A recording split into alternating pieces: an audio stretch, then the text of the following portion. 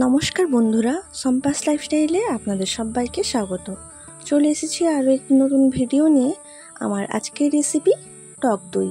তাহলে ভিডিওটি শেষ পর্যন্ত দেখতে থাকুন। প্রথমে গ্যাস অন করে কড়াই বসিয়ে দিয়েছি। এতে দিয়ে দিলাম সামান্য জল। এরপর এর মধ্যে দিয়ে দিলাম 500 দুধ। দই বসানোর জন্য দুধটা ঘন হতে হবে। এখানে আমি গরুর দুধ ব্যবহার করেছি, আপনারা যে কোনো ফুল ফ্যাট মিল্ক ইউজ করতে পারেন। দই বীজ হিসেবে নিয়েছি টক দই, এটি জল ঝরানোর জন্য রেখে দিয়েছি। দুধ গরম হতে শুরু করলেই হাতা দিয়ে নাড়াচাড়া করতে থাকতে হবে, যাতে এর মধ্যে কোনো রকম সর না পড়ে।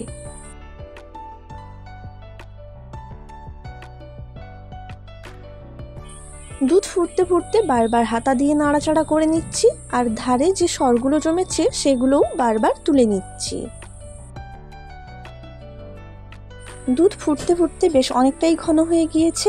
এবার গ্যাসের ফ্লেমটা বন্ধ করে দেব, আর ততক্ষণে জল ঝরানো টক দইটা ভালো করে ফেটিয়ে নেব।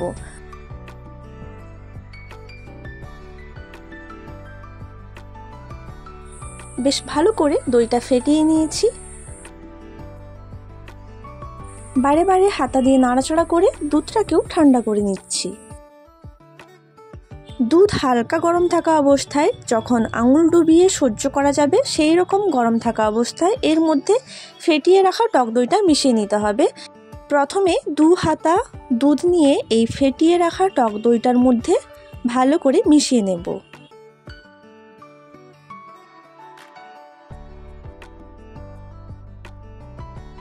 ফেটিয়ে রাখা টক দইটার মধ্যে দুধটা দিয়ে ভালো করে মিশিয়ে নিয়েছি।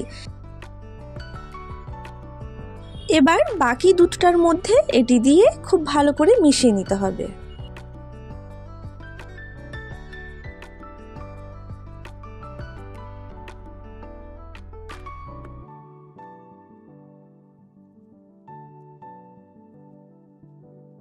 দুধের সাথে দই ভালো করে মিশিয়ে নিয়েছি।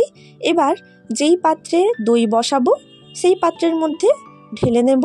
আপনারা যে কোনো পাত্রেই বসাতে পারেন। আমি এখানে একটি প্লাস্টিকের বক্সের মধ্যে ঢেলে নিয়েছি।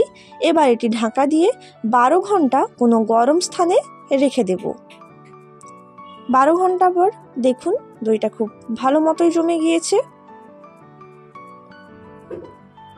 বাড়িতে বানানো টক দই একদম রেডি হয়ে গিয়েছে। কেমন লাগলো আজকের এই ভিডিওটি কমেন্ট করে অবশ্যই জানাবেন। ভিডিওটি ভালো লেগে থাকলে লাইক, শেয়ার এবং সাবস্ক্রাইব করবেন।